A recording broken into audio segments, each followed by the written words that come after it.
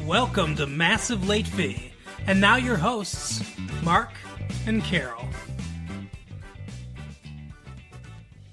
Well, hello everyone. Welcome back to Massive Late Fee. My name is Mark. With me as always is my fiance Carol. How you doing today, Carol? Hey, what's up? Not much. It's been a good week here. It is April 25th, 1998. It is. You know what I've been thinking about, Carol? What? I've been thinking about taking a vacation. Where? I don't know. I want to take you on a vacation. I'd love to go on vacation. Let's go. Let's So, go right now. I don't know if you saw, but William Shatner of Star Trek fame is hawking a new thing, Priceline.com. Okay. I just saw an ad for it in the paper. Apparently, you can name your own price for airfare. Interesting. So, like, could $1 work? Or? That's what I'm saying. What's my own price? I'll give you a bag of peanuts. Right. You can listen to our tape for free. How about that? Let's go to Jamaica. Right. So I don't know exactly how that works, but name your own price. Priceline.com. That is weird. This is not a commercial for Priceline.com. We're not associated with Mr. Shatner. They're not paying us yet. No, not yet. We'll Someday. get them. We'll get you Priceline.com. See if you're in business 5 years from now. Anyway, so speaking of something that might not be in business 5 years from now, Carol. The Detroit Music Awards. Okay. So it says Detroit Music Awards don't always go to the best of local acts. Cool concept, iffy execution. When 3,000 folks file into the State Theater for tonight's Detroit Music Awards, it won't be to honor the best of the city's sounds. Oh, they'll say that's what it's all about. But one glance at the 64 category ballot for tonight's program, and you quickly discover that the Detroit Music Awards don't always reward Detroit's good music. This is the second year for the Unified Award Show, the fruit of a merger between longtime rival camps at the Metro Times and the Motor City Music Foundation. Organizers say that they've spent much of their time weeding out internal politics and adding such events as last month's laudable Hamtramck Blowout, a 74-band showcase. 74 bands. We should have been there. Oh my goodness. How'd we miss that? Well, because it was in Hamtramck. That's why. Hamtramck's awesome. I didn't pack my cowboy boots, so it's a local reference, everyone. But they've neglected their peskiest hangnail, the awards themselves. And grumbles are rising from the local music scene. The Detroit Music Awards just don't convey to the listening tastes or buying habits of the city.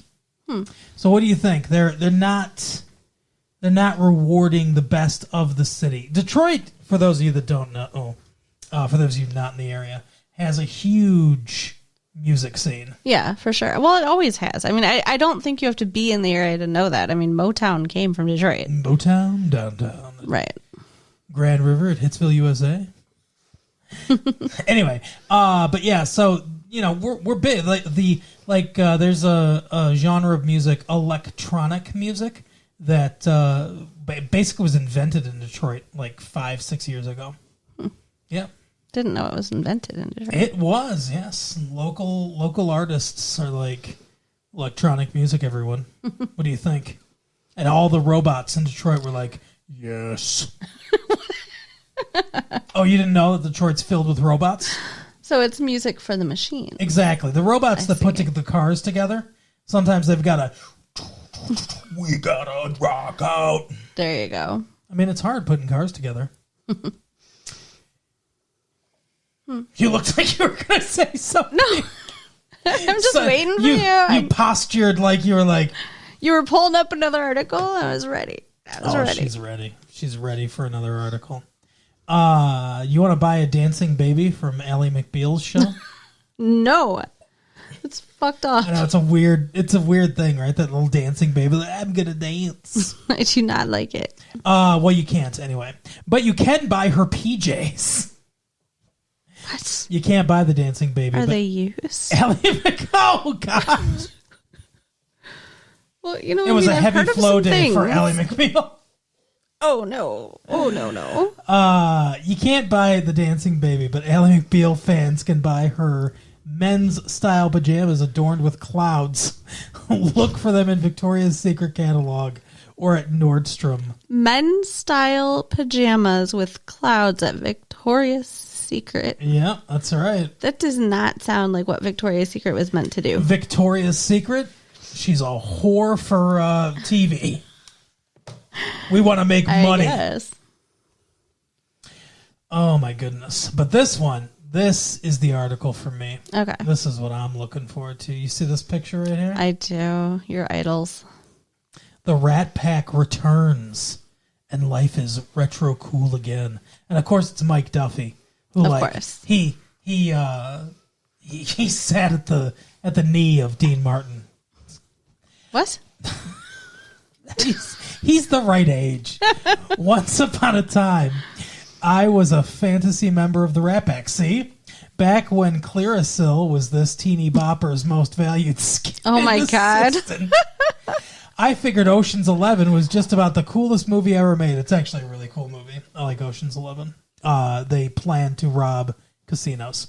That sounds fun. If Frank Sinatra, Dean Martin, Sammy Davis, do you know what their plot is? What? What's the plot? It's the funniest thing in the world. So, you know how like sometimes like Mission Impossible or something like that, like heist movies and stuff like they'll be like, okay, so it's normally security is impregnable, but at this time there's a sultan coming in and security's getting switched around for this or that or whatever, you know. Their thing is it's New Year's Eve. And at midnight on New Year's Eve, every single fucking adult in Las Vegas is going to stand at attention and listen to Old Lang Syne for exactly 2 minutes and 21 seconds. Okay. They have a 2 minute and 21 second window, and it's when Old Lang Syne is playing. Like, it's like a fucking annual rite of passage for adults in the 60s. And it's like, you don't do anything else. Security guards, doesn't matter what you see, you are to stand at attention. Should old acquaintance be forgotten? Well, this definitely sounds like a foolproof plan. Nothing can go wrong. No. But it's a very good movie, actually. But anyway, I figured Ocean's 11 was just about the coolest movie ever made. It had Frank Sinatra, Dean Martin, Sammy Davis Jr., and the rest of their swinging pals. Wow. R.I.P. to Joey Bishop and fucking Peter Lawford, who apparently aren't cool enough to their only two other members. Right. Wow. He already named 60% of the Rat Pack and could not be bothered with the other 40%.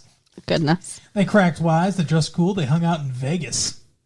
Gorgeous dames like Angie Dickinson drooled over them. Victoriously, pimples and all, I was there, and it all seems a little silly. And Ocean's 11, the last time I saw it, wasn't so cool anymore. Looking excruciatingly dated, I'm sure it does. But I got no kick from complaining. Mere vitriol doesn't thrill me at all. Oh, God, Mike Duffy. It's a it's from a Frank Sinatra song. I get it. Anyway, so they're coming back. I mean, they're dead, but Yeah, what kind of magic is this? so they're showing. Oh my God, she's dying. I am dying. Frank, Dean, and Sammy, An Evening with the Rat Pack, the television premiere of a legendary 1965 concert performance, delivers a fascinating memory. So it's going to be on TV Land. Okay. So TV Land is going to air a Rat Pack. I mean, I could do their show. I know you could, baby. I know you could. It always started with Dean Martin. Dean Martin would come on and be like, well, how'd y'all get in my room? And then he'd sing some kind of song or whatever, you know. I don't care if the sun don't shine. I get my color. I don't know. I don't remember. No, how does it go? I don't care if the sun don't shine. I do my drinking in the evening time when I'm in Las Vegas. Speaking of being in a bar, though, like Dean Martin often was, she's dying again. Shelley Long, after bar life, Shelley Long tries home life in a new sitcom on the WB. Okay. She stars with Robert Hayes of Airplane fame. You've never seen Airplane, have you? I don't think so, no. I don't think you'd like it. Trains, planes, and automobiles, but not airplanes. Yeah, I don't think you'd like Airplane. It's a good movie, but I don't think you'd like it. Okay. Anyway, so Robert Hayes captures Shelley Long's heart when he rescues her character from a burning building. He's a fireman with a fire hose wrapped around her. Look at those fake smiles. I was going to say they look so happy. She'll be forever known as Diane Chambers. Ouch. The overqualified barmaid in Cheers, but Shelley Long is taking on a new persona in a TV sitcom, Kelly Kelly. She's getting married to a guy whose last name's Kelly, and her first name is Kelly. That's stupid. Do you think you have any interest in that at all? No, sir. I don't think we will be discussing Kelly Kelly on the show. I don't have any interest in it either, and I think it's sad that she left Cheers specifically because she didn't want to get typecast as Diane Chambers and everything. And the first line of that article is, "She will forever be known as Diane Chambers." It's awful. You failed, Shelley Long. You know what? No offense, Shelley Long, but Kirstie Alley was better anyway. Ooh, Rebecca Howe. Don't you think? I liked Diane more. Really? I did. I guess I'm a purist, but Rebecca was cool too. I liked them both. Okay. Yeah. I don't know. No, you don't. I don't. Anyway, speaking of things we don't know, I don't know why we watched this movie this week. I hate this movie. I hate it. You don't hate it. I hate it. Carol got tired in the movie theater, as she often does, while we were watching this movie, and she's decided that means she hates it. Okay, Sliding Doors. Awful movie. Awful movie. Okay, the whole premise of this movie is that the subway doors that slid closed, had they not slid closed. I'm sorry, the tube. Or the underground. We're in London, please. Okay, sure. Show some respect to London. The underground, if you must. If the doors had stayed open, her whole life would be different. You don't believe in that? Sure, maybe. But I felt like the movie was kind of a giant waste of time because you go through these two alternating realities, and in the just end, keeps cutting back and forth. Yeah, and in the end, she just dies in one of them. Spoilers. So she has to, though. She's got to die in one of them, right? I guess. In order for everything to merge. But I mean, it kind of defeats the purpose then, because then she's going to meet the guy that she would have met in the other reality anyway. If she had caught that train, she would have died. Because Okay. that the reality where she caught the train is the reality where she died. The reality where she caught the train, she breaks up with her fiance because he's cheating on her. It's weird, too, because that's the reality she was more successful in business in. She was happier, yeah. She lost all that shit. But, okay, in the other reality where she doesn't die, she meets him, the same guy that made her happy. Yeah, presumably they get together. But I mean, okay, so you've got these two different realities, and they're basically saying it doesn't matter because she ends up with him in either one anyway. She dies in one, so it does matter. I guess. In one, she's dead, in the other, she's alive. It just seems like I'd say it matters. there's a lot of predetermination for alternate realities where anything's possible. I agree. It's a little too, everything's, like fucking interwoven. I agree. It's a little too, I think it should have been a little more. I think it should have been more divergent. And, she gets pregnant in both of them. Yeah, that's true. She loses the baby in both of them. But pregnant by two different guys. True. So they would be very different babies. That's right. But it doesn't matter because they're not born anyway. No, because she loses the baby in both realities. She dies in one. So, yeah. I mean, it felt like a lot of wasted time. In 1987, Carol, a Polish director directed a movie called Blind Chance. Okay. This movie feels like it's kind of a ripoff of Blind Chance, but without any of the deep political, social, or any other ramifications.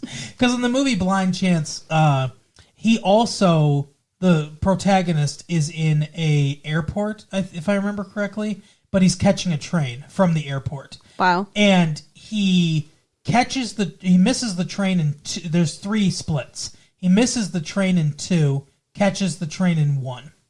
And there's a lot about, I don't remember exactly everything, and it's subtitled too. So it's hard to remember exactly everything that happened. But there's a lot about communism and socialism and being an anti-communist. So the movie had a lot to say and had a purpose. Yeah, because he becomes like, in one reality he becomes a communist, in another reality he becomes an anti-communist, and in the third reality he like eschews like politics completely. So he's like very neutral politically. And then his life goes in various different directions. And it's based on the people he meets, the people he doesn't meet, and everything. And then in the last, it's kind of spoilers for this 1987 Polish movie, but it looks like the one he's the most happy in, where he gets this big promotion at work and everything, and he is the politically neutral one, right? He's got a good relationship and everything. Gets on a plane to go fly to this new job or whatever, and the plane explodes. That's how the movie ends. Oh. So in 2 of the realities, he's alive. In 1 of the realities, he's dead. Okay. But it had a message. Yes, there was a reason for it. This movie has no reason or message. I agree, actually. It's supposed to be entertaining, but it's really boring. It's empty. It's like, it's the most empty kind of romantic comedy or romantic drama or whatever, or dramedy or whatever you want to call it, that there is. It's a romance movie at its heart, but it's the most empty kind that you could think of, and there is no message. There's no reason that her reality needs to split in 2. It doesn't make it more an interesting movie. It doesn't, and there's no, like you said, there's no deeper message behind it. Right. It's not like, oh, she's been strung along by this guy forever, and that causes this or that or whatever. I heard somebody explain one time about writing. There's the 2 different kind of ways you can write. You can say, this happened, and then this happened, and then this happened, and then this happened. Okay. Which is what this movie is. Yeah. This happened, then this thing happened, then that thing happened. But the way to actually write a story is, this happens, therefore this happens. Because this happened, then that happens. You have to connect logically why things are happening. You have to give every scene that you're writing in a book or a movie or whatever, a TV show, you have to give a why for. This is happening because of this. Right. Cause and effect. I mean, there is some cause and effect in here. I mean, she gets little. cheated on. That's definitely a cause. And, being with somebody else in effect. But, like, for example, she gets fired from her, what kind of job? Marketing? She was a PR, PR. public relations. Okay. She's wearing a suit. She's going to work with a bunch of executive-looking people. Sure. They apparently just have alcohol on hand, and she took some vodka for her birthday. Yeah. And that's why they fire her. And the next thing we know, she is delivering sandwiches during the day and waitressing in a bar at night. How do you go from, hi, I'm a PR executive, to that? She has to have at least a bachelor's degree, probably an advanced degree. Right? To be in the position that she was in. And yeah, I agree. Like, she can't get any other job. And they don't explain that at all. No, and in the other reality, she creates her own marketing firm. Right. Which makes a lot more sense. Right. And it's like, I guess on her own, she's more confident than she is. This guy's dragging her down, essentially. The cheating bastard, yes. Yeah, I think is part of the... Well, they do a lot to try to humanize him, too, for some reason. I didn't really get that. I think they're trying to. They're trying to make him more than just a stock villain. They gave him a lot of character moments and a lot of ways to grow as a character. Well, the woman he's cheating with, I think, is supposed to be more the villain, I guess. Janine Triplehorn. Yeah. From that second movie that we fucking did. The first actual movie we did, because the First episode we did was about awards or the movies and stuff of 93. The one with Richard Gere? Yeah, whatever it was Highway called. something? No, it wasn't Highway. It was something like that. though. Intersection. Yeah, Intersection. God, that movie sucked. I didn't think it was that bad. Oh my God! Did I? Yes. Did I say it was awful? I think you didn't like it. Yeah. Maybe I'm looking back like with some kind of nostalgia to. But I'm trying to figure out if 4 Jeanine years Tripplehorn ago. is just exclusively in terrible movies. Maybe.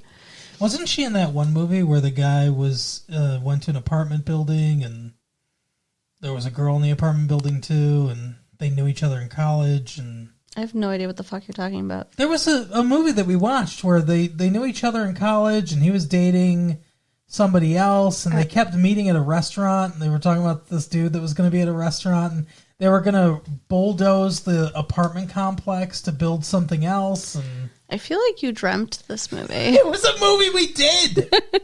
It existed and we did it. I don't remember this at all. It was like they met in college. He had like a professor that he loved or whatever in college that she was like he was an architect. Okay. That's what it was. He was an architect and his firm was going to bulldoze this old apartment complex and build a new thing there. And I remember. she lost her job or something like that, and she like recently moved into this apartment complex. Yes, I do. I remember now. So a courtyard in the center and stuff. Yeah. It was a romantic comedy where they didn't meet until like the last 5 minutes of the I don't movie. think it was a comedy. It seemed pretty intense. It was a romance where the people that got together didn't meet until the very end of the movie, essentially. Okay. They were dealing with other people prior to that. And they kept having close calls and stuff like that. Wasn't Jeanine Tripplehorn in that? Or no? I don't think so. I thought she was the friend. I'm not sure. Sarah but Jessica Parker was in it. She played like a Jan Brady type person or a Marsha Brady type. Are you sure? Yes. Yeah, Sarah Jessica Parker was in it, and she was the one from Hocus Pocus. She was in it. She wasn't the star. She was the client of the girl. And she was in a show that was like a Brady Bunch type show Okay. that he liked when he was a kid. Kind of remember. And they're telling the story to their daughter. I don't know how you remember all this shit. Like, we watch so many things, So many terrible movies. and my brain only has so much room. You know, things get pushed out. Yeah, that's definitely true, girl.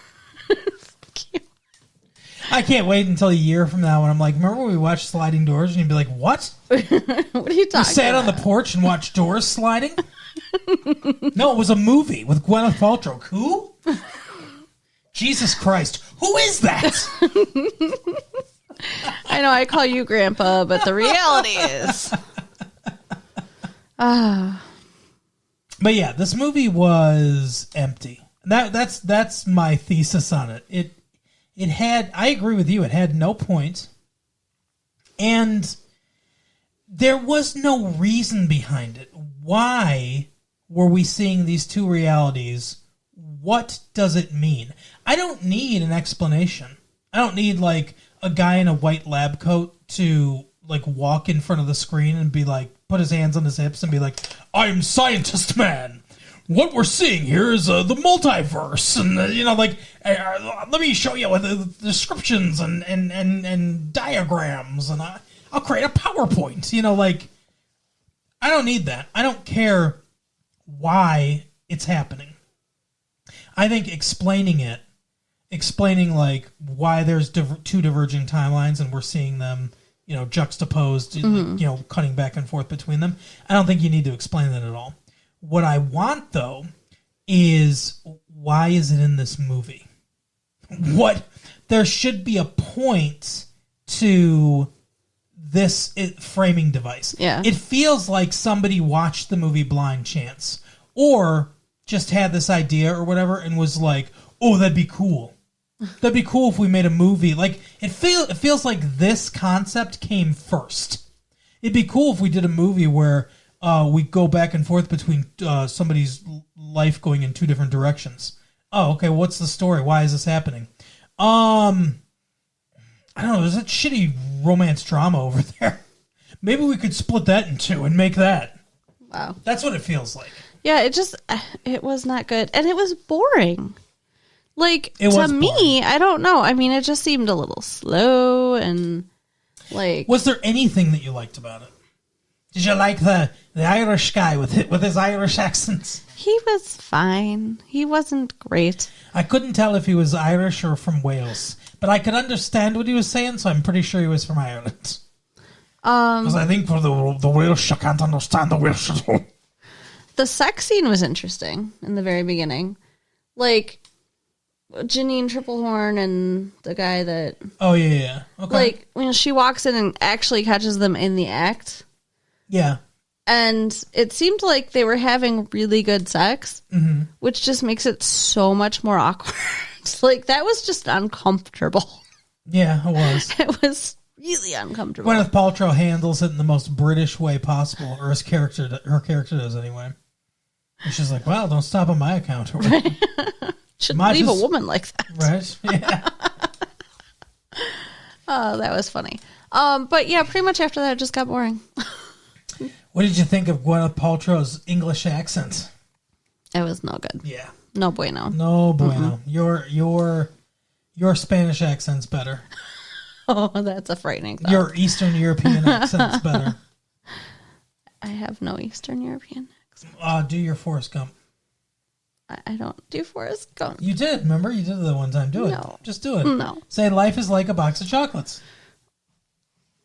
Life is like a box of chocolates. I don't know how to do it. Life is like a box of chocolates. There you go. That's you. You do good. You're the accent That wasn't impersonation. good. That was supposed to be purposely bad. I know. Was that Better like, than me. Was that like when Larry Bird was trying to show like how to shoot properly, and he was like, "And this is if you move your arm, that's improper," and then like he tries to do it, and he still made the shot. Right. Exactly. No, you sounded Eastern European when you did it that one time. Slobodan Milosevic. But yeah, she's not good. I mean, she's good in everything else. She's a good actress. She's fine. I like her. But No, I'm not a big fan. I'm not gonna like blanketly say she's not good. I like her mother Blythe Danner better. I don't know that. She was in the movie 1776. Oh, Sit down, John. oh God. That starred that starred William Daniels, the great William Daniels. It's a good musical. You know It's what William Daniels just was in? another thing that's really, really long. You know what William Daniels was in? No. Oh no. He was about to do it. He was about to do Singing Elsewhere. No. I don't even have it on there I anymore. will break your fingers. I don't think I have it anymore. Good. Do do do do do do do do do do do do do do do do. Anyway, and then her, you know what's funny too? Blythe Danner was in 1776 with William Daniels, right? Oh my God, Sure. I wish I still had it. You know who her father is? Gwyneth Paltrow. No. Bruce Paltrow. Okay. You know one of the things he did? No. Produce St. Elsewhere. Are you serious? Yes. Uh-huh. He was the executive producer of St. Elsewhere. It all comes back to St. Elsewhere. Yeah, that's right. Everything in the world can be tied into St. Elsewhere. We're all just fucking figments of Tommy Westfall's imagination in a fucking snow globe. There you go. The worst season finale or series finales ever. Forget From a about great 6 show. degrees of separation from Kevin Bacon. It's St. Elsewhere. Did I ever tell you I invented that? Yes. Yes, you did. I invented it independently of the guy that actually invented it. I guess he wrote a book or something like that. But one day, my friend Colin and I were sitting around talking about it. We were talking about the movie Tremors. And I was like, Kevin Bacon's been in so many movies. I bet you could connect every actor in the world to Kevin Bacon Sure. through movies. And then we started doing it. And I was writing it down. And I was saying, I said something to my brother. I was like, I'm thinking about writing a book about this, of all the people I can connect to Kevin Bacon. He's like, oh, like that guy on the radio. I was like, what? And he goes, there's a guy that's on fucking WJR or whatever. he comes on the morning show like once a month, and he talks about Kevin Bacon and all the people that he can. And he's like, he's writing a book. I was like, God damn it! So apparently, this guy had been doing it for like 2 years. See, there are no truly original ideas in the world. There just aren't. Everybody has thought of something before you at this point. Wow. You're going into motivational speaking. Give up on your dreams. Somebody's thought of it before you. Well, it doesn't mean you can't, capitalize on it first. But Wow. Steal an idea. God, you're great. I am great. Thank you. That is correct. That is the only correct response. Anyway, that is the episode for the week, everyone. It is. Oh, What? I thought you were going to do something, but I thought you were going to end the show. Like, Well, I was usually going to end the show, but usually you're like, tell the people. So I was waiting for you to tell me to tell the people. I did forget to mention though. We got a new toy, a new web camera. To You make it sound so bad. Well, I mean, but we thought like It's not like that. no. I promise. I thought it would be cool to try to sometimes record us, making tapes and everything. People might want to put faces to the names, to the faces, to the sounds. Correct. Yeah. So we even tried it out tonight. Yeah, I'm getting a little twitchy being on camera, but Right. you can see I've got a bit of a twitch, don't I? Sure. But there are places that maybe you can find it. We're going to try to put it online somewhere, so we'll let you know if we figure out a website to put it on. You can, find that information on our website, which is www.retrolatefee.com. Yeah, what else can they do? You can write us at latefee1994AOL.com. And then finally, Share the tapes with your friends. all right, we'll see you next time. Bye. Bye.